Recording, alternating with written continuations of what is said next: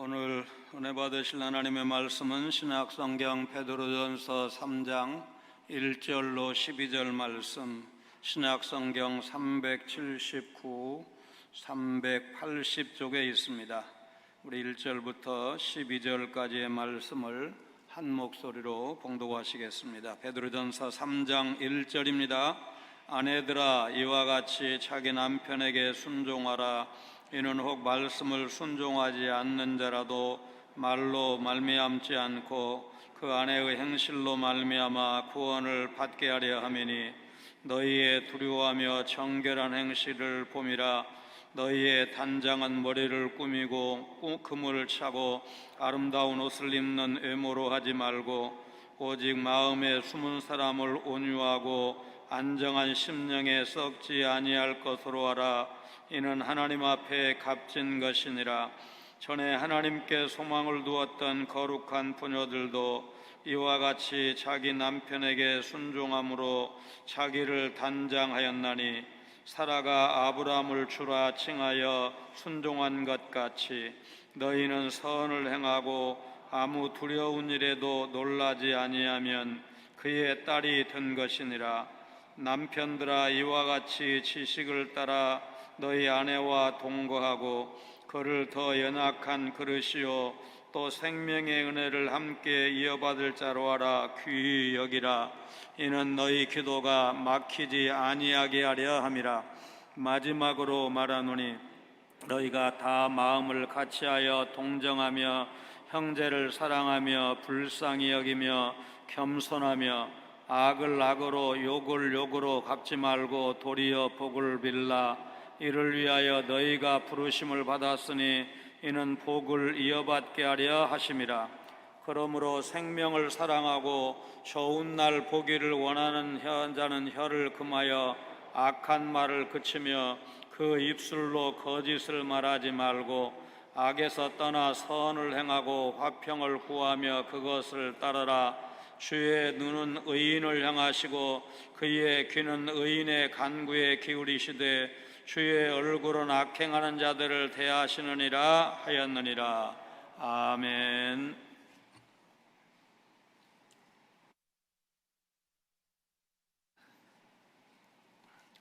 오늘 베드로전서 3장 1절로 12절 본문에는 하나님이 원하시는 멋진 아내 또는 멋진 남편의 모습이 나옵니다. 아내는 남편의 영혼을 생각해야 되고 외모보다 자기 내면의 아름다움을 추구해야 된다. 사실 부부는 하나님이 세우신 가장 작은 사랑과 행복의 공동체라고 할 수 있습니다. 그런데 우리가 살아봤지만 그 사랑의 공동체, 행복의 공동체가 결혼만 하면 저절로 되는 것이 아니라는 사실을 우리가 경험하고 있습니다. 하나님이 기뻐하시고 원하시는 방향대로 가꿀 때 아름다운 가정이 될 것입니다. 그래서 하나님은 오늘 베드로 사도를 통해서 남편을 향해서, 아내를 향해서 말씀하고 있습니다. 먼저 사도는 아내들에게 권면을 합니다. 남편에게 순종하라는 것입니다. 그 이유는 하나님께서 남편을 가정의 머리로 세우셨기 때문이라고 말합니다. 1절 2절입니다. 아내들아, 이와 같이 자기 남편에게 순종하라. 이는 혹 말씀을 순종하지 않는 자라도 말로 말미암지 않고 그 아내의 행실로 말미암아 구원을 받게 하려 함이니, 너희의 두려워하며 정결한 행실을 봄이라. 남편이 신자든 불신자든 상관없이 믿는 아내라면 남편에게 순종하라는 말씀입니다. 사도는 특별히 남편이 불신자 혹은 말씀에 순종하지 않는 자인 아내를, 그러니까 아내의 입장에서 남편이 믿거나 믿지 않거나, 믿기는 하지만 좀 제대로 못 믿거나를 불문하고 남편에게 순종하라, 이제 그런 말인데 이유가 분명합니다. 그 믿음 없는 혹은 믿지 않는 남편이 아내의 행실을 보고 구원에 이르게 되기를 소망하는 것입니다.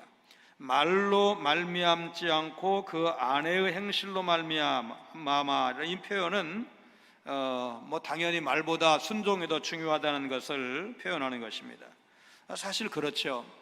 복음을 논리정연하게 잘 설명해서 나 교회 나가겠습니다, 예수 믿겠습니다, 이런 경우도 있지만 복음을 전하는 그 사람을 보고 저렇게 좋은 사람이라면, 또 저렇게 예전에 내가 그 사람이 어떤 사람인지를 익히 아는데 저 정도 사람이 변했다면 교회는 좋은 것이고 저 사람이 믿는 복음, 예수님은 참 좋은 분이야, 이제 이렇게 해서 복음을 받아들이는 경우 분명히 있습니다.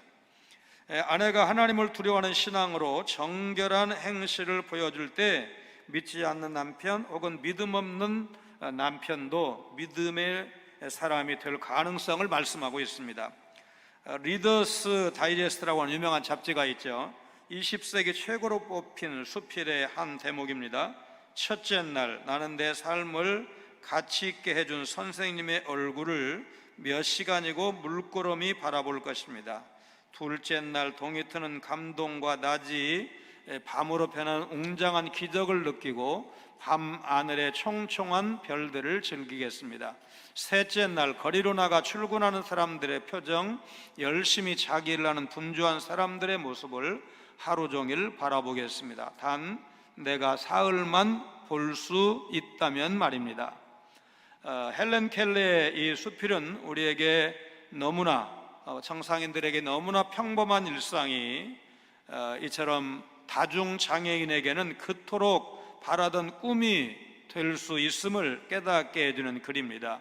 미국의 한 명문대 철학과 교수가 첫 수업에는 3일 뒤에 죽는다면 무엇을 할 것인가를 학생들에게 물었습니다. 그래서 학생들이 이런저런 고민을 한 끝에 리스트를 작성하면 교수는 칠판에 이렇게 적고 수업을 마쳤다고 합니다.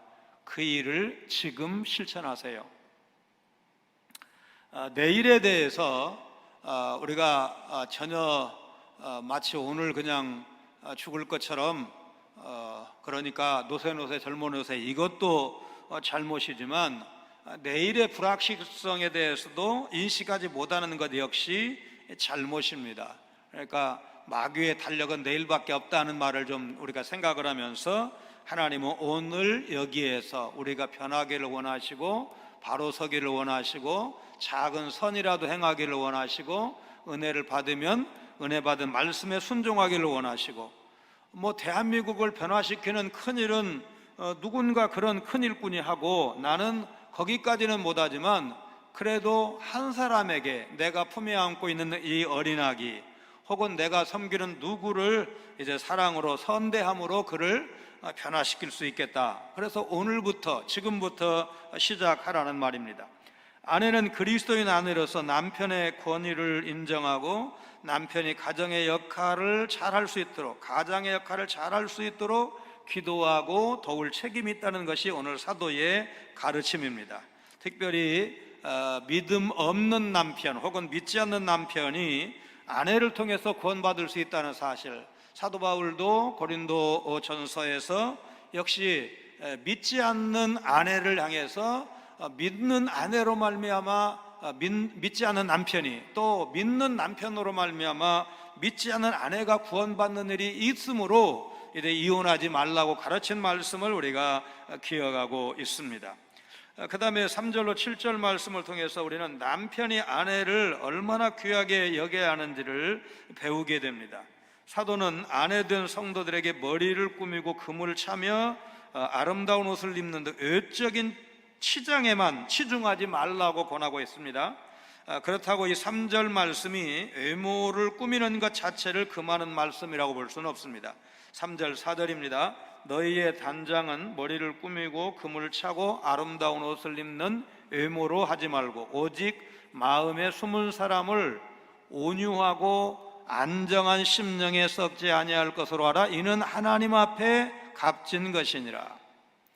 1세기에 만들어진 그림과 동전을 보면 당시 여성들의 헤어스타일이 수년마다 바뀌었다는 것을 알 수가 있습니다. 머리를 뒤로 묶어서 목 뒤에 틀어 붙인 적도, 이거 남자라 설명하기 좀 쉽지 않은데 어쨌든 지금 그림이 그래도 그 당시는 아니겠지만 지금 왼쪽에 있는 사람들 그 여성 2명 그런 식으로 머리를 이제 저렇게 장식을 하기도 했습니다. 어떤 사람들은 전쟁의 포로들, 노예들을 머리카락이 이제 길면 그 머리카락을 잘라서 가발을 만들어 쓰기도 했습니다. 1세기에는 따은 머리가 유행이었다고 하는데 보석을 머리에 부착하기 위해서 따은 머리가 유용했던 것입니다. 디모데전서 2장 9절과 본문 3장 3절은 여자들이 머리를 닦고 장식물로 치장하는데 1세기 당시에 너무 많은 시간과 노력을 기울이는 것을 보고 거기에 대해서 일정한 만큼 좀 제재하고 그보다 더 중요한 일이 있다는 사실을 가르치고 있는 것입니다. 책을 보니까 재미있는 것도 있던데 아마 그 머리니가 없어진 게 지금 얼마쯤 됐다고 봐야 되겠습니까? 머리니 이 있었죠? 있었습니다. 그래서 1세기 당시는 뭐 오죽했겠습니까? 그래서 열심히 그렇게 빚고 가꾸는 것이 사실은 이쁘게 보이는 것도 있었지만 머리니 자본행이라고 그렇게 열심히 가꿨다, 이제 그런 기록도 1세기를 다룬 문헌에 있습니다. 어쨌든 사도 베드로는 이런 시대적 환경에서 그 시대의 많은 여성들이 그 아름다움을 가꾸기 위해서 외적인 치장을 위해서 너무 많은 시간을 쏟아 부었는데 성도라면 그보다 더 중요한 일이 있으니 그게 뭐냐? 내면을 단장하는 것입니다. 하나님 앞에서 어떤 사람이 되는가, 어떤 행실을 하는가, 이것이 외모를 너무 많은 시간을 투자해서 가꾸는 것보다 훨씬 더 소중하다는 말씀입니다. 베드로는 숨은 사람을 온유하고 안정한 심령으로 단장하라 이렇게 말씀하고 있는데 이것이 바로 하나님 앞에서 영원한 가치가 있다는 것입니다. 그래서 만약에 그 시대의 여성들이 다 정말 긴 머리 닦고 치장하고 뭐 돈 좀 있는 귀족들 부인들은 보석으로 이제 치장을 하고 막 이런데 너무 열심을 내는데 그런 시대적인 분위기에서 여성다움 또 남편을 세워가는 여성 뭐 이런 그 내면을 좀 더 가꾼다면 믿지 않는 남편이 밖에 나가서 내 아내는 지금 세상의 많은 사람들과 달라, 정말 속 깊은 사람이야, 늘 그 남편을 이제 세우는 일에 정말 내 아내는 관심 많은 사람이야 이러면서 자기 아내를 인정하게 된다는 말씀입니다. 구약시대 하나님 앞에 값진 단장을 했던 거룩한 부녀들을 소개하는데 베드로는 이들 하나님께 소망을 두었던 자들 이렇게 소개하고 있습니다. 5절 전에 하나님께 소망을 두었던 거룩한 부녀들도 이와 같이 자기 남편에게 순종함으로 자기를 단장하였나니, 하나님에 대한 믿음, 하나님과의 관계가 그들의 삶과 행함을 이끌었던 것입니다. 따라서 남편에 대한 아내의 순종도 하나님과의 관계 속에서 제한받는다는 것을 알 수가 있습니다. 아내는 남편의 리더십에 순종하는 것이 맞지만 하나님에 대한 소망까지 포기하면서 남편을 따르라, 그런 의미는 아닌 것입니다. 베드로는 6절에서 구약의 거룩한 부녀의 예로 사라를 들고 있습니다. 사라가 아브라함을 주라 칭하여 순종한 것 같이 너희는 선을 행하고 아무 두려운 일에도 놀라지 아니하면 그의 딸이 된 것이니라. 자, 사라를 구약의 거룩한 부녀의 대표 선수로 이렇게 소개를 하고 있는데 그 사라가 아브라함을 부를 때 여보, 남편 이렇게 부르지 않고 주라고, 우리 한국은 주인 양반이라는 표현이 좀 있습니다. 주인 양반이라고 그렇게 부르면서 순종했다는 것입니다. 성경은 일관되게 아내들을 향해서 남편의 리더십을 인정할 것을 요구하고 있습니다. 그래서 하나님께 소망을 둔 믿음의 사람이라면 믿지 않는 남편에게도 두려움 없이 순종하는 선한 행실을 보임으로 남편을 구원으로 인도할 수가 있다는 것입니다. 그래서 그 모습이 하나님 앞에 실제로 머리를 이렇게 길게 닦고 아름답게 하고 보석으로 치장을 하는 것보다 하나님 앞에 더 아름다운 단장이 된다는 것입니다. 혈통적으로 아브라함의 자손이어서 사라의 딸이다, 사라가 낳았기 때문에 사라의 딸이다, 그런 것이 아니고 사라가 따랐던 믿음의 본을 따라야 진정 그를 사라의 딸이라고, 사라의 후손이라고 말할 수 있다는 것입니다. 아내와 관계에서 남편이 가져야 될 근본적인 태도는 하나님의 뜻에 대한 지식의 기초에서 아내와 동거하는 것입니다. 7절 말씀, 우리 7절 같이 읽습니다. 남편들아, 이와 같이 지식을 따라 너희 아내와 동거하고 그를 더 연약한 그릇이요 또 생명의 은혜를 함께 이어받을 자로 알아 귀히 여기라. 이는 너희 기도가 막히지 아니하게 하려 함이라. 로마 시대에는 한 남자와 한 여자가 결합하는 거, 이게 뭐 가정의 출발이라는 것은 틀림없는데, 그러나 생각보다 로마 사람들의 결혼은 성스럽거나 낭만적이지 않았다고 합니다. 두 사람이 짝을 지어서 출발하는 것 외에 그다지 말하자면 성경적인 시각에서 로마 시대의 결혼을 평가할 만한 것이 많지가 않습니다. 아무도 신부와 신랑에게 서로를 향해서 사랑하느냐고 묻지 않았다고 합니다.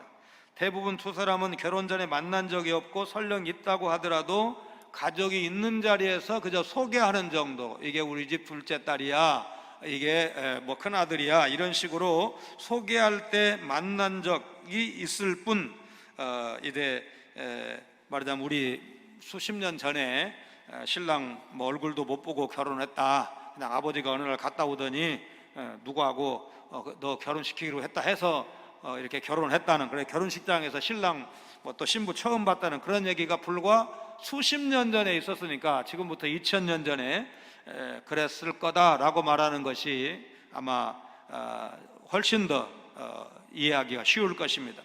아마도 학자들은 마리아와 요셉의 결혼도 이런 식으로 이루어졌을 가능성이 높다고 합니다. 부부가 열렬히 사랑하는 경우가 없다고 할 수는 없지만 이제 그렇게 한다면 그거는 복받은 가정이고, 대략은 부부관계의 기본, 말하자면 로마 시대의 부부관계의 기본은 남편의 지배였고, 아내가 남편을 향해서 정말 자기를 사랑하고 존중하고 아껴주고 이런 거를 기대하는 것은 그 당시로 보면 그거는 이상적일 뿐 현실적이지는 않았다는 뜻입니다. 자, 지금 이 얘기를 장황하게 소개하는 이유가 뭐냐면, 이런 시대에서, 이런 시대적 배경을 바닥에 깔고 사도 베드로가 남편을 향해서 아내가 어떤 존재인지 바로 알도록 가르쳤다는 것은 오늘날과 달라요. 오늘날은 오히려 너무나 지금 많이 그 시대가 바뀌어가지고 요즘도 이런 설교 하십니까? 혹은 교회에서 이런 설교 들어도 거부 반응 없습니까? 지금 이럴 정도가 됐는데, 그 시대는 여성이 너무나 무시받던 그런 시대이기 때문에 지금 그 시대를 배경으로 1세기 성도들에게 이 편지를 썼으니까 아내를 귀하게 여기라고 말했다는 것은 요즘 말로 베드로 사도가 욕을 많이 먹을 설교, 그런 편지를 지금 보냈다는 뜻입니다. 그런데 핵심이 나오는데 뭐예요? 아내가 누구보다 더예요.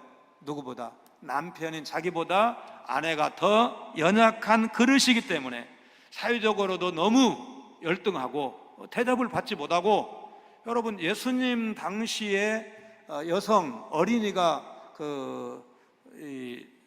인구조사 대상에 포함이 안 됐다는 얘기는 예수님 탄생 얘기할 때 여러 번 했잖아요. 그런 말 다 했죠. 인구조사를 하는데 여성을 빼놨다고 하는 게 말이 안 되잖아요. 그러면 그게 얼마나 지금 시대가 빨리 바뀌었느냐. 여러분 20세기에 들어서 말하자면 그 이전부터 하는 거는 특별한, 미국 같은 경우도 특별한 어떤 주만 말하자면 여성의 참정권을 인정했고, 보편적으로 모든 미국 시민, 뉴질랜드는 뭐 지금은 굉장히 수준 있는 선진 민주국가로 알고 있지만 뉴질랜드가 여성 참정권을 인정한 것이 그렇게 오래되지 않았습니다. 그런 시대적 배경을 우리가 깔고 2000년 전을 생각을 해야 베드로 사도가 그 시대의 완고한 남편들, 여성들을 이렇게 좀 하대했던 그 시대의 남편들에게 쉬운 말로 혁명적인 가르침을 줬구나. 근데 그것이 사회적으로 봤을 때 너무 파격적인 가르침이지 실제로는 뭡니까? 성경적인 가르침, 구약도 면면히 이어오는 하나님의 결혼 이제 그 섭리를 가르쳐 준 것입니다. 남편은 그런 아내를 귀하게 여기고 존중해야 하는데, 그 이유는 아내가 생명의 은혜를 함께 이어받을 자이기 때문이라는 것입니다. 남편은 아내를 하나님 나라의 영원한 유업을 그리스도 안에서 함께 나눌 자로 알고 존중하라는 것입니다. 아멘을 안 하면 이게 어떻게 되는 겁니까? 여러분, 그러니까 이 땅에서만이 아니고 우리의 믿음의 내용은 뭡니까? 여기서도 바로 믿고 여기서도 건강해야 되고 여기서도 성숙해야 되지만 궁극적으로 우리는 내세까지 믿고 있고 내세까지 연결되는 것으로 보는데, 천국에서 내가 주 앞에 섰을 때 잘했다고 칭찬받고 우리 주님이 예비하신 그 좋은 나라에서 영생복락을 누린다면 내 아내도 내 남편도 그 동일한 은혜와 동일한 기업을 약속받은 사람이라는 겁니다. 그래도 아멘을 안 하십니까? 여러분, 남편하고 천국 가는 거 싫으십니까? 아내하고 천국 같이 가는 거 싫으십니까? 오늘 사도 베드로는 지금 1세기 당시에 오늘 우리하고 전혀 다른, 우리는 다 그저 특별히 전라도는 그래도 영남이나 이런 데에 비해서 훨씬 더 개방적이고 열려가지고 아내를 그래도 경상도보다는 훨씬 더 존중합니다. 여기도 뭐 별로 다르지 않아요. 이래도 이제 그런 말씀도 하시겠지만, 제가 경상도 목사님들하고 자주 모임도 있고 이렇게 보면 어쨌든 핑계가 많아요. 부부 동반 모이기로 했는데 혼자 와요. 어떻게 해서 혼자 왔냐면 친정어머니가 그렇게 자주 오셔요. 시어머니가 그렇게 자주 오셔요. 그렇게 대답하는 목사님이 많다니까 왜 사모님 같이 안 왔어요? 그러면 저기 장모님이 오셔서, 그럼 이제 친정어머니잖아, 사모님한테는. 그래서 같이 못 왔다 그 말이에요. 근데 왜 경상도는 그렇게 친정어머니가 자주 오시고 시어머니가 그렇게 자주 오시냐고, 전라도는 안 오시고. 확실히 좀 차이가 나요. 그래서 우리 교회 와서 설교하셨던 어떤 선교사님은 이제 물론 전라도 분인데 딸이 경상도 남자하고 연애하고 결혼을 했다잖아요. 그러니까 몇 년 살아보고는 어느 날 엄마한테, 엄마 좀 말리지, 경상도 남자하고 살아보니까 아버지하고 다른 거야. 사모님은 전라도 사람, 그 목사님은 충청도 사람인데 아버지하고 다른 거야. 이 경상도 남자가 연애할 때는 안 보이던 게 결혼하니까 보이던 거예요. 자, 여러분 잘 아시는 바와 같이 마르틴 루터는 사실상 종교개혁에 이제 그 깃발을 든 사람 이러는데, 물론 그 이전에 얀 후스라고 하는 거의 루터의 사상과 크게 차이가 나지 않는 선각자가 있었습니다. 그래서 이제 해가 갈수록 얀 후스라는 사람에 대해서, 왜냐하면 너무나 로마 교황청이 꽉 잡고 있을 때니까 그런 주장을 하기가 대단히 어려웠던 시절에 이제 그 깃발을 들고 결국 화형을 당하고 했다는 측면에서 그를 상당히 평가하는데, 그럼에도 불구하고 말하자면 종교개혁의 첫 깃발을 많은 사람들은 마틴 루터가 들었다 이렇게 알고 있습니다. 그리고 그가 성공할 수가 있었던 것은 이제 그만큼 이제 그 중세 사회가 좀 말하자면 영주라든지 이런 사람들이 세력이 커져가지고 결국 그 사람들이 이제 루터를 지원을 이렇게 하잖아요. 교황청 눈을 피해서. 그래서 이제 루터가 성공한, 종교개혁에 성공한 큰 그 이유가 되는데, 그가 이제 말하자면 로마 천주교회가 잘못됐다, 믿음으로 말미암아 구원받는다, 이런 아주 성경적이지만 그 당시로는 로마 천주교회가 볼 때는 굉장히 감당하기 어려운 파격적인 주장을 하니까 어떻게 합니까? 종교재판에 회부해가지고 마틴 루터를 이제 처형을 하겠다고 위협을 합니다. 그래서 루터도 아무래도 겁이 나지 않는다 이렇게 말할 수는 없겠죠. 그래서 일주일 동안에 이제 시간을 달라고, 말미를 달라고 얘기를 합니다. 그런데 그 일주일을 보내면서 집에 와서 이불을 뒤집어 쓰고 고민을 거듭을 합니다. 이걸 내가 그대로 한번 말하자면 저 소신을 보인 거를 그대로 지켜야 될지, 아니면 내가 살짝 좀 피해가지고 양보를 해야 될지 굉장한 갈등을 했을 것입니다. 그런데 어느 날 밖에서 사람 죽었을 때 나는 곡소리가 나는 겁니다. 문을 열어보니까 아내가 상복을 입고 우는 거예요. 곡소리를 하는 거예요. 그래서 루터가 누구 죽었느냐고 이렇게 물었더니 하나님이 죽어서 우는 거라고, 그렇게 아내가 이제 대답을 했다는 거 아닙니까? 그래서 루터가 뭐라고 얘기했겠어요? 아니, 하나님이 저기 왜 죽었냐고. 그런데 당신이 하나님이 죽었으니까 그렇게 낙심하고 이불을 뒤집어 쓰고 걱정하고 염려하지, 하나님이 살아계시는데 당신 그럴 수가 있느냐고. 이렇게 해가지고 루터가 이제 크게 깨닫고 다시 종교 재판정에 서서 취소하겠느냐 물었을 때 그 유명한 나는 여기에 있습니다, 하나님 나를 쓰시옵소서, 이사야서를 인용해가지고 내가 바로 여기 있다고. 그러니까 앞에 아무리 협박을 해도 나 취소하지 못하겠다고. 이제 무슨 얘기 하려고 하냐면, 이 루터가 루터일 수 있었던 것은 그 아내의 내조가, 확실한 내조가 있었다는 말씀을 드리려고 하는 겁니다. 루터가 그래서 이 아내를 부를 때 나의 갈빗대 키티, 이제 키티는 애칭인데 그렇게 불렀다고 합니다. 우리가 보통의 그 남편, 아내에 대한 호칭이 뭐 여보가 제일 많은 호칭이잖아요. 그 다음에는 약간 이제 비낀 거는 보편적이지는 않죠. 여보, 보통 이렇게 부르는데 서양 사람들은 자기 아내, 남편을 부를 때 애칭으로 부르는 경우를 우리가 좀 뭐 간접적으로는 알고 있잖아요.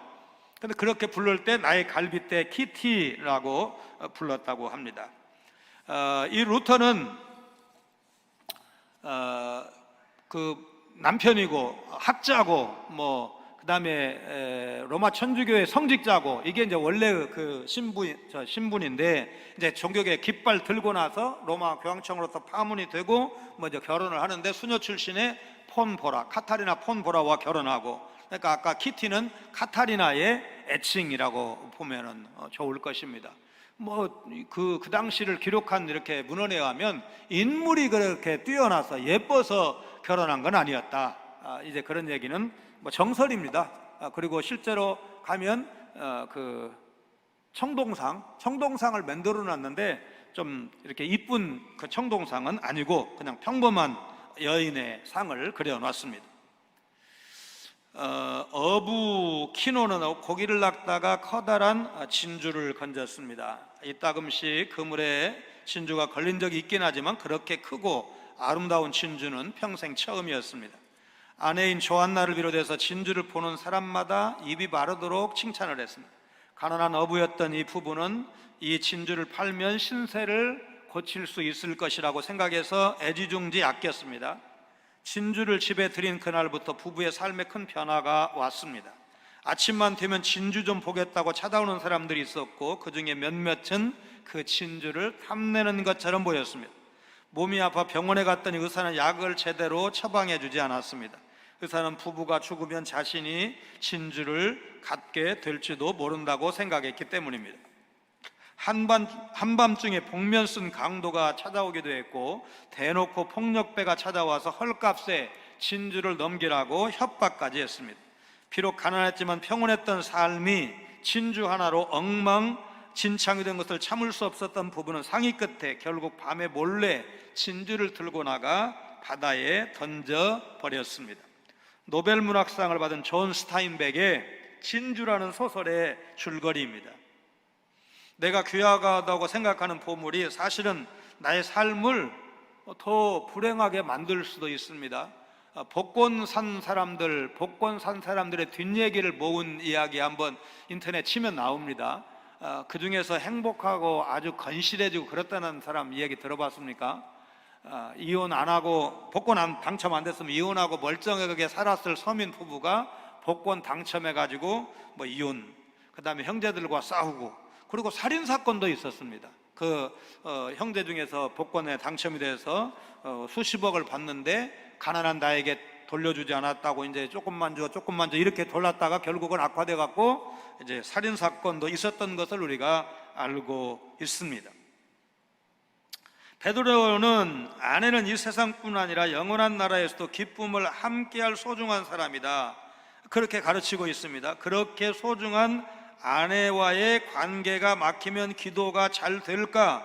잘 되지 않는다는 것이 이 베드로 사도의 가르침인데, 이거는 어쩌면은 베드로 사도가 예수님의 제자 중에서 결혼을 기정사실로 말하자면 표현한 사람이 많지가 않은데, 그 중에 한 사람 베드로는 장모의 열병을 예수님이 고쳐주신 그 사건을 생각하면 결혼을 했고 아내가 있었다는 사실을 충분히 알 수 있는 사람이 바로 베드로입니다.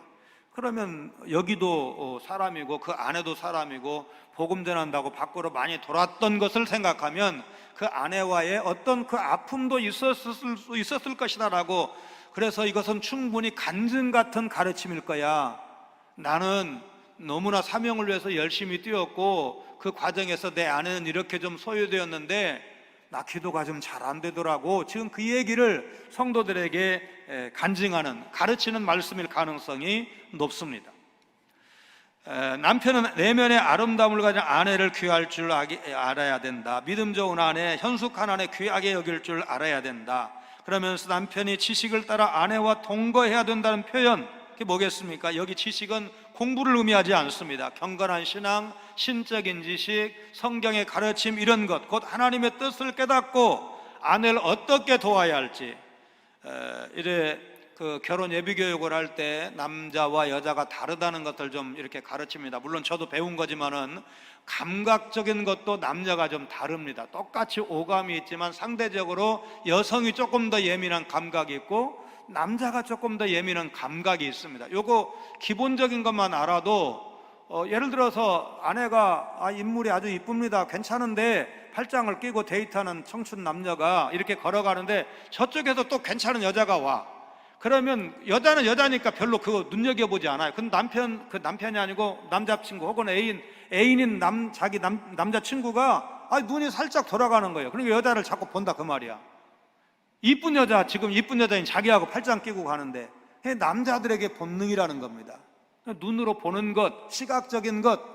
그러니까 이제 반대로 여성들이 용모를 잘 가꾸는 것이 남자들에게 먹혀 들어가는 이유가, 남자들을 향해서 어떤 사람하고 결혼하고 싶냐라고 물을 때 여러분 외모가 1순위라는 거 여러분 다 아시잖아요. 예미도 진작에도 가정에 대한 설교할 때 드린 적이 있잖아요. 그러니까 그게 웬만한 남자, 거의 남성들의 공통적인 감각이다. 그러니까 내 남편이 그렇지 않다면 좀 다른 사람이고 속 깊은 사람인 거죠. 철이 좀 든 사람인 거죠. 보통의 감각으로만 따지면 그런다는 거예요. 근데 제가 받은 상담 중에는 에스컬레이터 이렇게 교체할 때 내려가고 저쪽하고 이렇게 서로 저쪽에서 오는 사람 이쪽에서 오는 사람 큰 백화점 이렇게 겹치는 경우가 있는데 집에 와서 부부싸움 한 거예요. 그러니까 이제 여기는 남편이 의처증 있는 사람이야. 그러니까 남편이 이제 싸움을 걸은 거야, 아내한테. 저쪽에서 내려오는 남자 당신 유심히 봤다 이거야. 아내는 보이는 걸 봤지 내가 뭐 유심히 봤냐 이제 이러는데, 이게 의처증 있는 사람이니까 이제 그렇게 안 보는 거예요. 그래서 싸워가지고 저한테 이르는 그런 상담을 제가 한 적이 있습니다. 그러니까 남자하고 여자가 좀 다른데, 그 뭐 보편적으로는 거 이쁜 건 다 이쁘다고 하는 것이고 시면 시다고 하는 것이고 뭐 조금 따가우면 따갑다고 하는 거 다 비슷한 것 같지만, 그래도 섬세하게 보면 남녀가 차이가 있다는 것을 아는 것이 중요하고, 오늘 사도의 가르침은 말하자면 이런 것이 성경에 없는 게 아니잖아요. 성경이 다 이런 것들을 가르치고 있는데, 이런 걸 다 묶어서 결론적으로는 뭐냐면 아내를 귀하게 여겨야 되는데 아내와 함께 여기서도 행복한 가정을 이루어야 되지만 천국도 같이 가야 되고 천국에서 받을 유업도 함께 받는다는 것이 이 사도의 가르침입니다. 여러분 믿으시기를 바랍니다. 마지막 8절로 12절 말씀을 통해서 남편과 아내가 서로 진정으로 이해하고 사랑을 할 때 하나님이 기뻐하시는데, 그 사랑 이웃에게도 전달되어야 된다는 가르침입니다. 8절부터 봅니다. 마지막으로 말하노니 너희가 다 마음을 같이하여 동정하며 형제를 사랑하며 불쌍히 여기며 겸손하며. 자, 사도가 제시한 5가지 교훈, 마음을 같이하라, 동정하라, 형제를 사랑하라, 형제를 불쌍히 여기라, 겸손하라. 이 5가지 교훈은 공동체를 지탱하고 행복하게 만드는 요소입니다. 이는 공동체 하나됨과 밀접한 관련이 있는데, 사도는 너희가 다 이렇게 하라, 그러니까 5개 중에서 4개만 하라가 아니에요. 5개를 다 지키라는 것입니다. 8절에 너희가 다 마음을 같이 하며 동정하며 형제를 사랑하며 불쌍히 여기며. 자, 이게 이제 긍휼히 여기는 건데, 긍휼히 여기는 마음에 이거 정말 흥미로워요. 이 말이, 긍휼이라는 말이 어디서 나왔느냐? 자궁이라는 말에서 나왔다는 사실입니다. 여기에서 긍휼의 1차적인 의미를 찾을 수가 있는데, 같은 태에서 나온 이들에 대한 감정, 긍휼히 여기는 마음이 뭐냐? 한 어머니에게서 나온 사람만이 가질 수 있는 마음이 긍휼이라는 겁니다. 여러분 이사야서 49장 15절 말씀, 저 너무나 유명한 말씀이죠. 우리 같이 읽을까요? 여인이 어찌 그 젖 먹는 자식을 잊겠으며 자기 태에서 난 아들을 긍휼히 여기지 않겠느냐? 그들은 혹시 잊을지라도 나는 너를 잊지 아니할 것이라. 어머니의 사랑을 무슨 사랑이라고 말해요? 본능적 사랑이라고 말하잖아요. 본능적 사랑이라고 말하는 거예요. 그러니까 여기 긍휼히 여기는 건 사실 아닌데, 우리는 이성적으로 배워서 그러면 안 되지, 뭐 윤리적으로 뭐 더불어 살기 위해서 이런 여러 가지 생각을 하는데, 성경의 가르침은 본능적으로 살아가는 겁니다. 긍휼을 가장 잘 보여주는 것은 어머니의 마음, 같은 태에서 나온 형제가 품을 수 있는 마음. 물론 이제 뭐 다른 성경에는 아버지가 아들에 대해서 갖는 마음도 있고 형제가 형제에서 갖는 그런 이제 마음도 긍휼로 표현을 했는데, 가장 보편적인 해석을 지금 말씀을 드린 것입니다. 그래서 이 긍휼은 단순히 감정 차원보다 사랑의 표현이나 행위로 드러난 것을 알 수가 있습니다. 긍휼은 이스라엘이 죄에서 돌이켰을 때 주어지는 용서의 은혜를 표현할 때 이 긍휼이라는 말이 쓰였습니다. 신약성경에서도 엘레우스라는 그 헬라어가 사용이 되는데, 예수님께서 세리 죄인들과 함께 식사하는 것을 비난하는 바리새인들을 향해서 하나님은 제사가 아닌 무엇을 원한다고 하십니까? 제사가 아닌 긍휼을 원한다고 말씀을 하십니다. 하나님의 긍휼하심을 입은 자들은 긍휼을 베푸는 자가 되라. 이것이 성경의 가르침입니다. 그래서 긍휼은 구제와 자선으로 나타나고 심판날 긍휼을 받는 것과 밀접히 연결되어 있다는 사실을 신약성경, 예를 들어 디모데후서 1장 18절이나 유다서 1장 12절이 우리가 지금 여기서 긍휼히 여기면서 살아야 될 이유를 나중에 우리가 긍휼히 받을 때가 있기 때문에 그때를 생각해서 지금 긍휼히 여기라고 말씀하고 있습니다. 9절에서는 악을 행하고 욕하는 자들을 대하는 방식을 가르칩니다.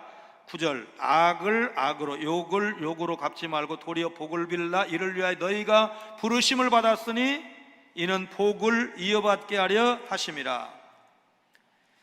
악을 행하는 자에게 보복하지 말라는 교훈, 앞서 말씀드린 베드로전서 2장 23절에 보세든 예수님의 모습을 반영하고 있습니다. 성도는 악을 악으로 욕을 욕으로 갚지 말고 도리어 복을 빌라. 복을 빈다는 것은 하나님의 은혜를 구한다는 뜻입니다. 진정으로 하나님의 은혜를 구하는 것이 사랑의 표현입니다. 베드로는 성도들을 향해서 다른 사람에게 복을 빌기 위해서 부르심을 받았다. 정죄하고 따지고 이런 게 우리가 부르심을 받은 이유가 아니고, 네가 은혜를 받고 하나님을 바라보고 소망 가운데 천국을 바라보면서 살도록 너 부르심 받은 이유가 뭔 줄 알아? 다른 사람 축복하라고. 아멘 하시기 바랍니다. 처음부터 다시 하는 수가 있어요. 왜냐하면 지금 이 말씀에 여러분, 우리가 결국은 여기까지 가라는 거잖아요. 다른 사람 축복하는 것이 내가 살 이유다. 여러분, 뭐 우리 다 저 경험해서 이게 쉽지 않다는 거. 그럼에도 불구하고 주의 종이 본문을 바꿔가면서 가끔씩 우리를 깨우는 이유가 무엇일까? 이게 필요하기 때문에. 이게 있어야 살만한 가정이 되고, 이게 있어야 은혜로운 교회가 되고, 이게 넘쳐야 우리 사회가, 여러분, 국민소득이 이만큼 올라갔기 때문에 살만한 세상이 되는 게 아니고, 여러분, 내가 가난해도 몸이 약해도 긍휼히 여기는 사람이 많다면 여러분, 살만한 세상 안 되겠습니까? 사람을 귀하게 여기는 사람이 많으면, 나를 알아주는 사람이 많으면, 내가 아프기는 분명히 아파요. 근데 아프다고 같이 아파주지는 못하지만 그 아픔을 나누겠다는 사람이 많으면 그래도 소망이 좀 생기잖아요. 위로가 좀 되지 않겠습니까? 본능으로 이 말씀 실천하기 쉽지 않습니다. 사실 억울한 일 당하면 악한 감정이 복받쳐 오르고, 욕설을 들으면 더 심한 욕으로 맞받아 치고 싶은 것이 우리 속에 한쪽에 좀 숨겨져 있습니다. 그런데 사도는 그렇게 하지 말라는 것입니다. 악을 이기는 것은 더 센 악이 아니라 선이라는 것입니다. 하나님은 성도가 선으로 악을 이기기를 바라고 계십니다.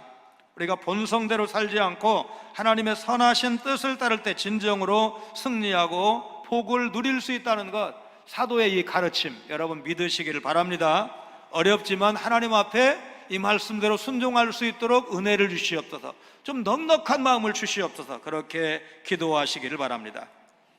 베드로는 10절로 12절의 시편 34편의 12절부터 16절 말씀을 인용하면서 선행을 격려하는데 시편을 볼 필요가 없습니다. 거의 그대로 인용을 했습니다. 우리 10절로 12절 같이 읽습니다.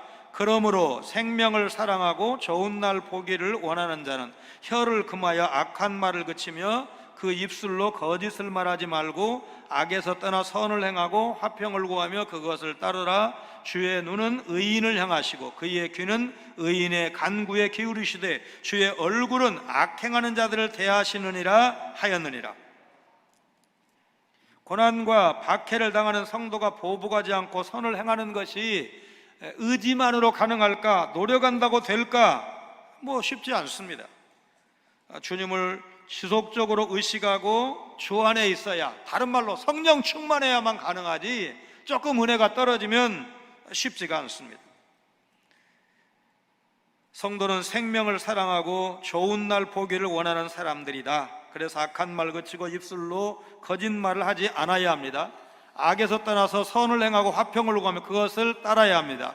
그렇게 할 수 있는 근거는 주님밖에 없습니다. 주님만이 그렇게 하셨고 우리는 주님이 모델이기 때문에 주님이 가신 길을 따라가야 됩니다. 베드로는 12절에서 하나님의 뜻을 따라 행하는 성도에게 은혜를 베푸시면서 악인을 심판하시는 주님께 주목하라고 합니다. 주님이 어떤 분이신가? 의인을 지켜보시고 그들의 기도에 귀를 기울이시는 분이 우리 주님이십니다. 심지어 우리의 신음소리까지도 들으시는 분이 주님이십니다. 눈을 만드신 자가 보지 아니하시랴, 귀를 지으신 자가 듣지 아니하시랴. 하나님이 우리의 눈을 지으셨고 귀도 지으셨습니다. 눈을 지으신 그분이 얼마나 눈이 좋으실까? 귀를 지으신 그분이 얼마나 귀가 밝으실까? 여러분 믿으시길 바랍니다. 그 주님 때문에 성도는 선을 행하고 화평을 이루며 살아가라고 합니다. 주님은 악행하는 자들에게는 생명과 좋은 날을 허락하지 않으십니다. 회개하지 않는 자들에게는 진노와 심판이 기다리고 있을 뿐입니다. 언젠가 이 사람 얘기를 한번 한 적이 있는데 1981년 6월 28일 캐나다의 모든 관공사가 조기를 걸었는데 장애인 농구 선수 테리 폭스의 죽음을 기리기 위해서였습니다. 19살 때 폐암으로 다리를 절단한 폭스는 불우한 환경에 지지 않고 휠체어 농구 선수로 의족을 끼고 달리는 마라톤으로 자신의 꿈을 펼쳤습니다. 재활 과정에서 자기보다 더 큰 고통을 받는 암 환자들이 많다는 사실을 알았고, 그래서 그 암 환자들을 위해서 $1씩만 기부해 주십시오, 그런 취지로 캐나다 종주 희망 마라톤을 시작했습니다. 의족으로 보시는 바와 같이 매일 40km 넘게 달리면서 모금을 위해 만난 사람이 2천만 명이 넘었습니다.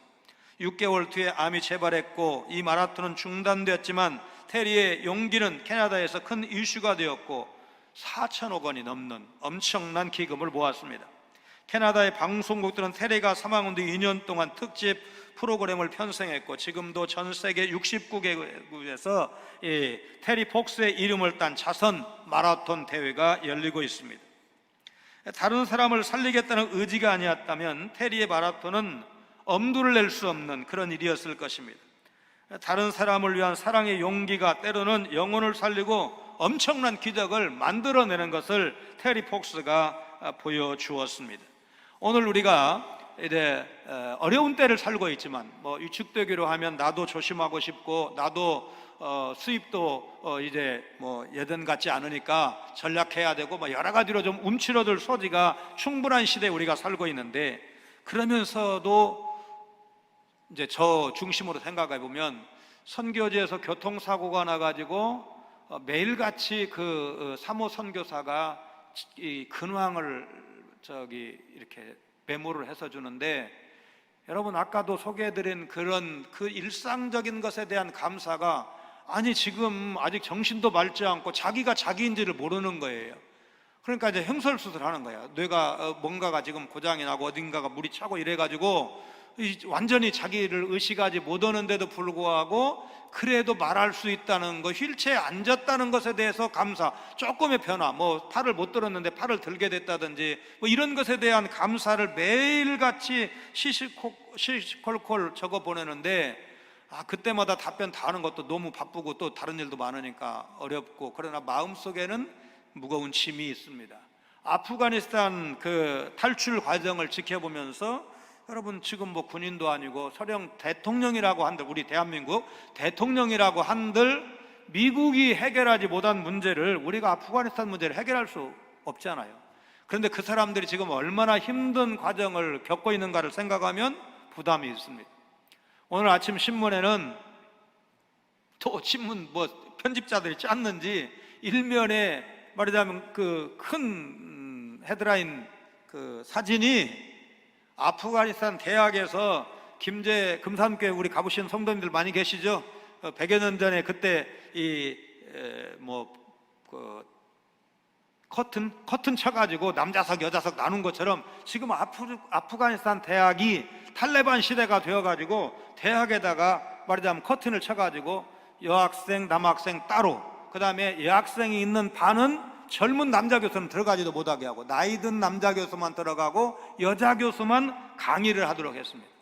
그 뭐 얼굴에다 다 뒤집어 써야 되고 눈이 보이는지 안 보이는지 의심스러울 정도로 그렇게 아주 중무장을 시키는, 여자들을 드러내지 못하도록 하는 그런, 뭐 그거는 종교적인 신념이라고도 볼 수 없고 너무 지나쳐서 거의 야만이라고 할 만한 그런 일을 지금 탈레반이 자행하고 있습니다. 그런데 그거를 어떻게 해야 되느냐, 그냥 우리가 욕만 하고 있으면 되냐 이거죠.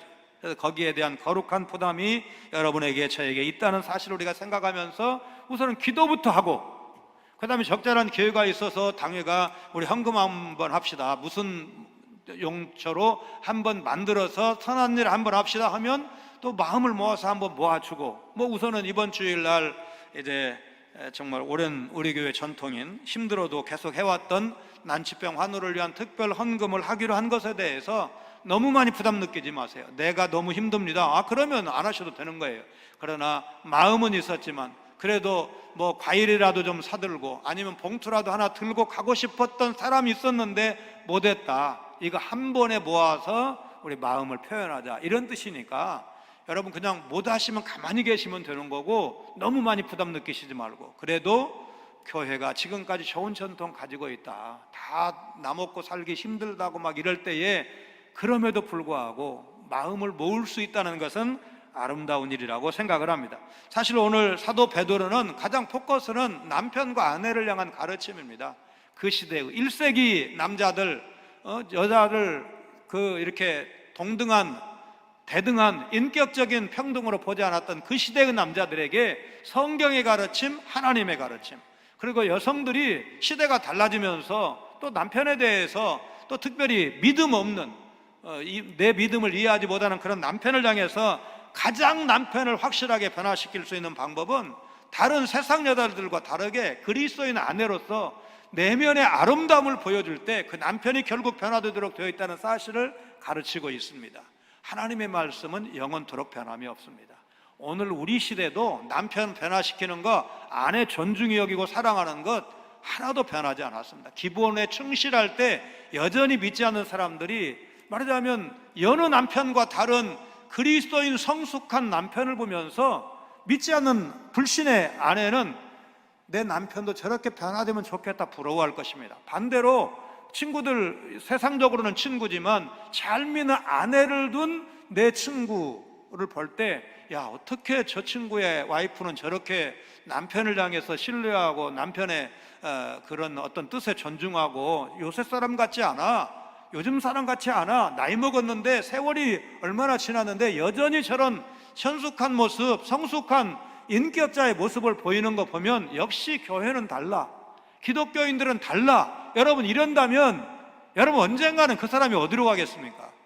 쉽지 않지만, 우리가 경험해 온 대로 쉽지 않은 일이지만 그래야만 가정이 변화되고, 그래야만 믿지 않는 사람이, 우선은 1차적으로 믿지 않는 남편, 믿지 않는 아내가 돌아올 수 있다는 사실을 생각하면서 베드로 사도의 이 가르침은 시대에 뒤떨어지지 않았고 여전히 변함없는 하나님의 교회를, 하나님의 가정을, 우리 가정을 가장 아름답고 건강하게 세워갈 수 있는 제일 가는 비결이라 여러분 그렇게 믿으시고 이 말씀 따라서 순종하시기를 주의 이름으로 축원합니다.